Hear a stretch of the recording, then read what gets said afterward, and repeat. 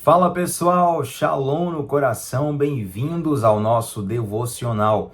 Abra sua Bíblia comigo em Apocalipse capítulo 3. Estamos na série sobre as 7 cartas às igrejas do Apocalipse. Que bênção que você está aqui, que bênção que você chegou, mas também permaneceu. Segunda a sexta, 7h30 da manhã. É muito bom começar o dia sempre mergulhando na palavra de Deus. Antes de nós entrarmos no texto de hoje, eu te convido a deixar um like nesse vídeo. Se você lembrou de alguém e quer que essa pessoa participe do devocional também, manda o link para essa pessoa rapidinho, se inscreve no canal, ativa o sininho das notificações e fica aqui conosco para nós crescermos juntos espiritualmente, tá bom?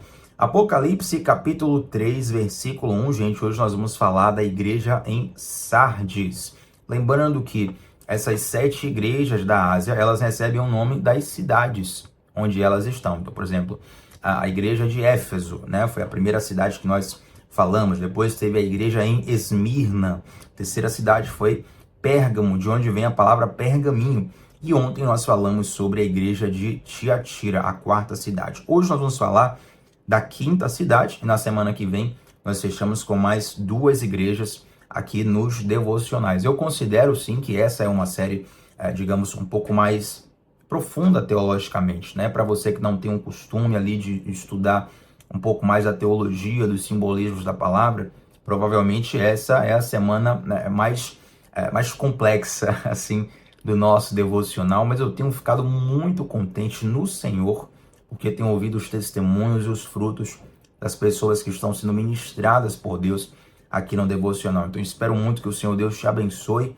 e fale ao seu coração enquanto nós comentamos aqui a palavra de Deus.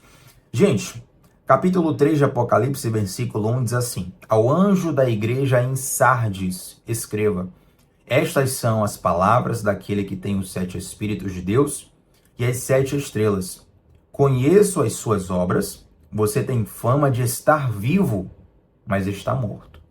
Olha só como este é um dos textos assim mais cortantes de toda a palavra de Deus, mais profundos, mais duros, né? Imagine Jesus olhar para uma cidade, pegar os cristãos daquela cidade e dizer assim, ó: conheço as suas obras, você tem fama de estar vivo, mas estar morto. Ontem nós falamos no nosso devocional sobre o perigo de valorizar tanto a aparência a ponto de se esquecer da essência.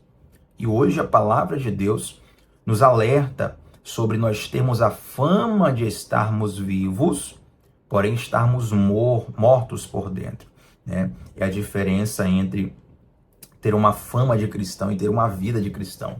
É curioso, gente, que aquela aquela passagem que é verdadeira, né? A parábola normalmente é uma história, mas essa passagem é verdadeira, onde Jesus, verdadeiro no sentido de que aconteceu literalmente, onde Jesus ele amaldiçoa a figueira. Fizemos um devocional sobre esse texto aqui no canal, e é interessante sobre, inicialmente a gente acha que Jesus ele foi muito duro ao amaldiçoar uma figueira porque não encontrou frutos nela. Parece que Jesus, né, cometeu ali um crime ambiental, por assim dizer, mas na verdade, quando você vai ver o contexto, aquela figueira, ela tinha a aparência de uma figueira que dava frutos.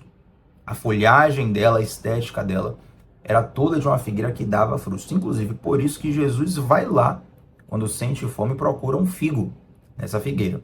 Quando ele não a encontra, ele amaldiçoa. E esse é um símbolo de uma vida amaldiçoada de todos aqueles que têm uma aparência de vida, mas que por dentro está morto. Tem uma aparência saudável, mas que no seu interior estão completamente destruídos. Gente, misericórdia para que nós não sejamos encontrados assim. Tem uma história interessante de um pastor que reuniu toda a sua igreja, e esse pastor promoveu um velório na igreja, né? E todo mundo ficou surpreso. Falou: pastor, quem foi que faleceu? Quem foi que faleceu? O pastor, guardando o segredo, falou: não, lá no velório toda a igreja vai saber que uma pessoa muito especial, infelizmente, faleceu. Quero aqui chamar a igreja para o velório. O pastor colocou um caixão na frente do altar da igreja, fez uma pregação ali de 15 a 20 minutos e falou: agora eu vou dar a vocês o direito de saber quem foi a pessoa que faleceu e que nós vamos enterrar no cemitério da cidade daqui a pouco. Então, o momento final do velório, chamou os irmãos a fazerem uma fila e um por um ia lá, olhava o caixão para saber a identidade do morto. Estava todo mundo conversando, meu Deus, quem foi que morreu? Quem foi que faleceu? E nós não sabemos quem é, precisamos descobrir a identidade dessa pessoa.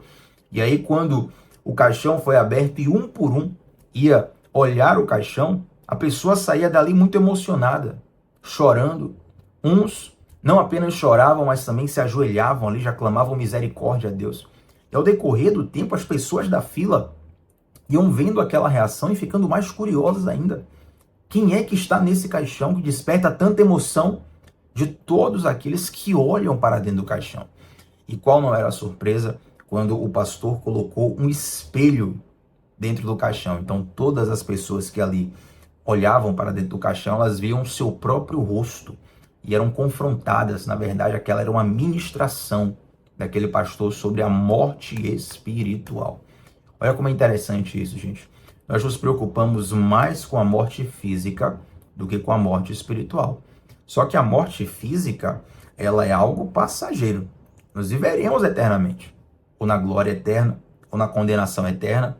Todos nós viveremos além desse mundo físico. Porém, a morte espiritual, quando ela for concretizada, ou seja, quando nós deixarmos essa terra, infelizmente, aí não terá mais jeito. Não tem como, pelo menos a doutrina bíblica, tá? Respeito quem pensa diferente, mas a palavra de Deus nos ensina assim. Não há como orar pelos mortos, não tem como rezar pela alma de um parente que você gosta muito, para que Deus mude o destino dele. Não tem como se converter depois de ser condenado na eternidade. Então nós precisamos vigiar muito. E claro, a ideia aqui não é você vigiar por medo de ir para o inferno. A ideia aqui é, de fato, você prestar atenção sobre como está a tua saúde espiritual. E caso ela não esteja boa, realmente você ter uma atitude de transformação, de mudança para a tua vida. Forte essa palavra, né? Devocional para você acordar logo cedo, tomar esse choque espiritual na sua vida. E interessante, gente, que assim, uma coisa morta, ela tem cara de morta. Normalmente você vê um animal morto na estrada. Se você já foi num funeral, se você trabalha em um hospital, uma coisa morta, normalmente tem cara de coisa morta, né? Agora, por que Jesus fala assim? Você tem fama de estar vivo, mas está morto. Olha só. Uma pessoa que está morta, mas tem fama de estar vivo, então aqui só pode incorrer numa ocasião. Existe um fingimento, uma tentativa de parecer algo que verdadeiramente você não é. Deus condena esse fingimento. Isso é muito sério. A pessoa que finge, ela não está enganando só os outros. Ela está enganando a si mesma. Entende? Ela acha que está ludibriando, enganando os outros. Porém, ela está também enganando a si mesma. Então, quem tem fama de estar vivo, mas está morto, é alguém que caminha debaixo de um fingimento. É um evangelho meramente cultural, meramente religioso, meramente social, sem uma experiência verdadeira com Deus. Versículo 2 diz assim: esteja atento, fortaleça o que resta e que estava para morrer, pois não achei as suas obras perfeitas aos olhos do meu Deus. Gente, se nós formos estudar a igreja na cidade de Sardes, nós perceberemos que a igreja de Sardes, ela era respeitadíssima. Diferente das outras igrejas que nós já citamos aqui, em especial a igreja de Esmirna, a igreja em Pérgamo, a igreja em Tiatira. Diferente dessas cidades, a igreja de Sardes, ela não era perseguida. Ela era uma igreja que gozava de muita respeitabilidade social, muita aceitabilidade social, muito benquista na sociedade. Resumindo, era uma igreja que gozava de prestígio com todo mundo, menos com Jesus. Você conhece alguém que está assim tão preocupado em estar bem na fita com todo mundo, mas está mal na fita com Jesus? Misericórdia, se nós formos essa pessoa. Relembrando, a nossa ideia aqui na ministração da palavra não é despertar um senso de culpa, não é acusar ninguém, mas é despertar o seu espírito. É você identificar no seu interior se você está assim e correr para os pés de Jesus para mudar. Entende? Quantas vezes, gente, nós temos a nossa vida aprovada por todo mundo, mas é aprovada por Jesus. Temos a nossa vida externa respeitada por toda a sociedade, mas o nosso interior está sendo reprovado por aquele que vê todas as coisas. Precisamos muito vigiar nisso, porque é o próprio Jesus que diz aqui, ó, não achei as suas obras perfeitas aos olhos de Deus.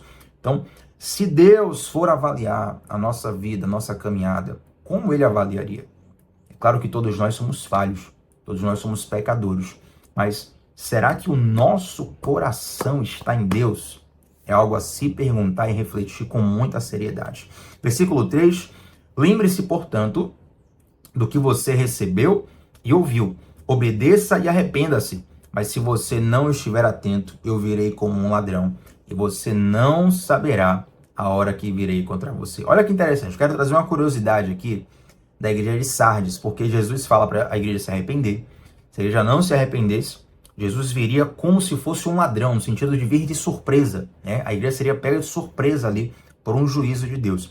E tem uma curiosidade, gente, na cidade de Sardes, é que Sardes ela foi a capital da Lídia, da região da Lídia, lá no século 7 a.C. E por 2 ocasiões, a cidade de Sardes ela foi destruída da mesma forma. Sardes era uma cidade que ficava em cima de uma colina, num ponto alto, então ela era muito fortificada, suas muralhas eram muito grandes, então era difícil invadir a cidade de Sardes. Era uma cidade militarmente muito bem protegida. Mas por 2 vezes, essa cidade foi destruída da mesma forma. A primeira vez no ano 529 a.C., pelo rei Sírio da Pérsia, a segunda vez no ano 218 a.C., por Antíoco Epifânio. E como foi que ocorreu essa destruição? Devido a Sardes ter uma grande muralha, os seus habitantes, os seus moradores ficavam muito tranquilos, porque quando o exército inimigo chegava para subir aquela colina, a subida já era cansativa, né? E eles ainda tinham que lidar com uma muralha muito grande, quase que intransponível, então era difícil atacar a cidade de Sardes. Só que, nessas 2 vezes que a cidade de Sardes caiu, ocorreu da seguinte forma: ao anoitecer, tanto o rei Sírio quanto o Antíoco Epifânio, os dois reis em ocasiões diferentes, ao anoitecer, eles encontraram uma brecha pequena nesse grande muro da cidade de Sardes. Eles sondaram, analisaram, avaliaram o muro todo. Realmente, o muro é muito grande, não tem como entrar. Porém, esse muro tinha pequenas falhas. E por essas pequenas falhas, essas pequenas brechas, passava um soldado. Onde passa um boi, passa uma boiada. E entravam os soldados na cidade por conta dessas brechas, nessas 2 ocasiões. O exército inimigo entrou na cidade de Sardes e ali matou os seus habitantes e conquistou a cidade, né? Então, quando Jesus fala assim, ó, se você não estiver atento, eu virei como um ladrão e você não saberá a hora que virei contra você, Jesus está relembrando para a igreja de Sardes um episódio que ocorreu naquela cidade. Olha como é interessante só estudarmos a palavra de Deus, estudarmos a história. Porque quando nós lemos isso aqui, a maioria das pessoas tenta interpretar isso à luz do Brasil, século 21. 2023, ou quando você estiver assistindo esse devocional. Mas quando você olha a história da cidade de Sardes, observe como Jesus foi bem específico para aquela cidade. Porque Deus fala conforme o nosso contexto. Você já passou pela experiência, isso acontece muito comigo, muito comigo. Pode acontecer também com outras pessoas, que não é raro não, na verdade é até comum. Passou por uma situação de você estar ali assistindo uma pregação, e o pregador, a pregadora fala algo que parece que a pessoa recebeu uma revelação de Deus sobre tudo que você estava passando. Parece que a pessoa estava ali com uma câmera na sua vida, nos últimos dias, assistindo tudo que você estava passando, chega na pregação, pá, a pessoa fala tudo ali. Às vezes o pregador está só pregando a palavra, ele nem sabe que você está passando por aquilo.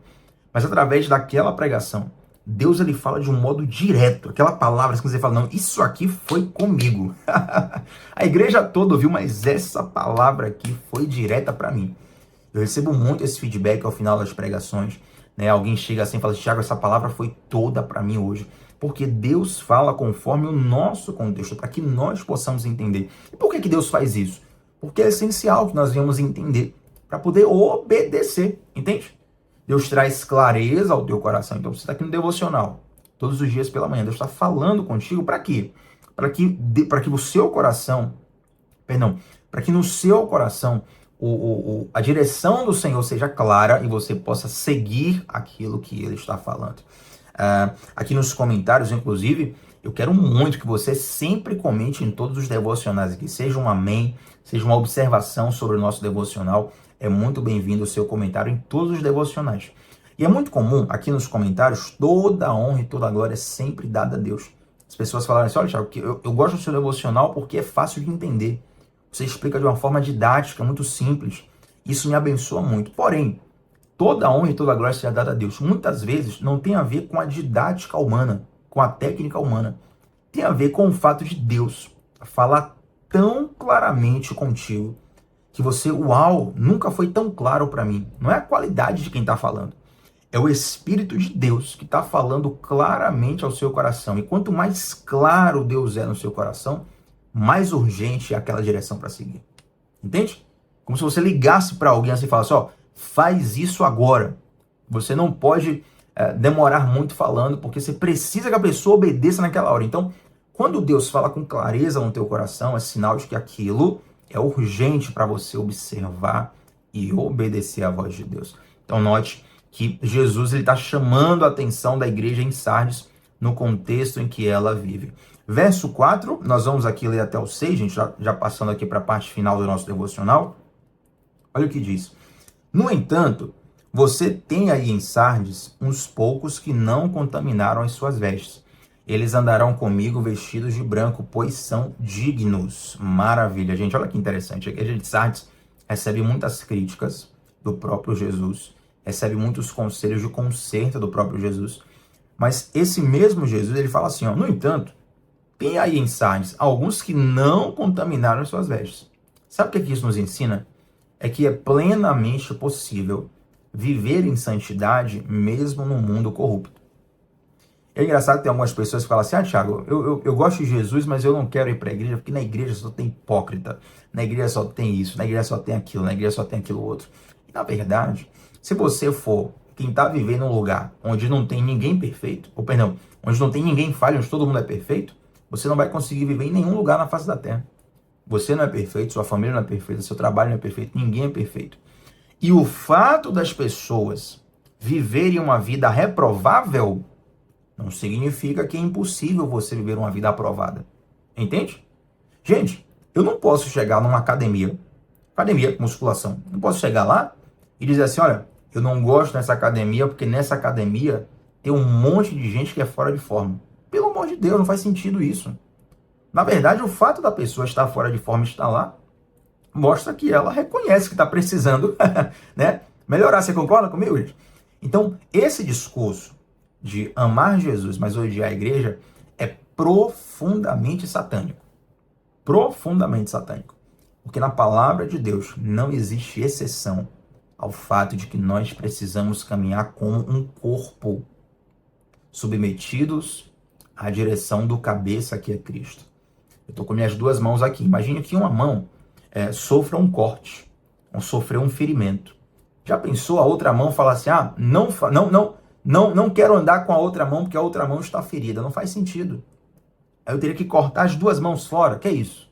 Não existe, entende? Então, na verdade, quando uma parte do meu corpo está enferma, eu vou cuidar daquela parte com o maior cuidado. Vou tomar cuidado para não infeccionar. Vou colocar remédio, vou colocar proteção. Vou fortalecer aquela área para quê? Para que ela volte a um estado de saúde em que me permita usar aquela parte do corpo 100% novamente. Então, dessa mesma forma, o fato de você achar que as pessoas são hipócritas, que as pessoas só vivem de aparência, e talvez seja tudo verdade. Talvez seja tudo verdade, mas isso não pode ser um álibi para você se afastar da presença de Deus e se afastar da comunhão. É plenamente possível que mesmo no mundo caído, você consiga caminhar em pureza, caminhar em santidade, caminhar debaixo da vontade de Deus. Meu Pai eterno, esse devocional tá forte, hein? Mas já fechamos aqui, quero ler o versículo 5 e 6 e orar com você. Diz assim, verso 5, o vencedor será igualmente vestido de branco. Jamais apagarei o seu nome do livro da vida, mas o reconhecerei diante do meu Pai e dos anjos, e dos seus anjos. Aquele que tem ouvidos, ouça o que o Espírito diz às igrejas. Vamos orar, gente? Senhor Deus, muito obrigado, Pai, por essa palavra que é tão forte para os nossos ouvidos, é tão forte no nosso coração, mas obrigado, porque o Senhor corrige a quem ama. O Senhor quer nos tratar, o Senhor quer nos transformar. Nós te agradecemos pelo seu cuidado. Nós te agradecemos pela tua voz. Nós te agradecemos pela tua proteção, Senhor. E nós queremos te pedir, meu Pai, nos ajuda a darmos lugar ao teu Santo Espírito, a não sermos resistentes à transformação que o Senhor quer causar dentro de nós. Nos ajuda, Deus, a cooperarmos com esse processo de santidade que o Senhor tem nos ensinado a cada dia. E nos livra, Pai, em nome de Jesus, nos livra de termos fama de estar vivos, mas estarmos mortos por dentro. Tem misericórdia de nós. Faz em nós a tua transformação e vem gerando de nós um impacto verdadeiro para a honra e glória do seu nome. Em nome de Jesus, amém. Gente, deixa um like nesse vídeo. O seu like é importante demais, demais, demais para essa transmissão alcançar e abençoar outras pessoas também. Deixa um comentário aqui. Seu comentário é muito importante. Engraçado que eu tô vendo que a galera tá comentando muito no chat. Não, deixa o comentário final. Eu preciso do seu comentário aqui no final sobre como essa palavra abençoou a tua vida, falou ao teu coração, o que mais te chamou a atenção nesse devocional de hoje. Que o Senhor Deus te abençoe. Tamo junto sempre de segunda a sexta, 7h30 da manhã, sempre começando o dia mergulhando na palavra de Deus. Você me encontra lá no Instagram, @tbatista8. Shalom no teu coração. Até a próxima, gente. Tchau, tchau.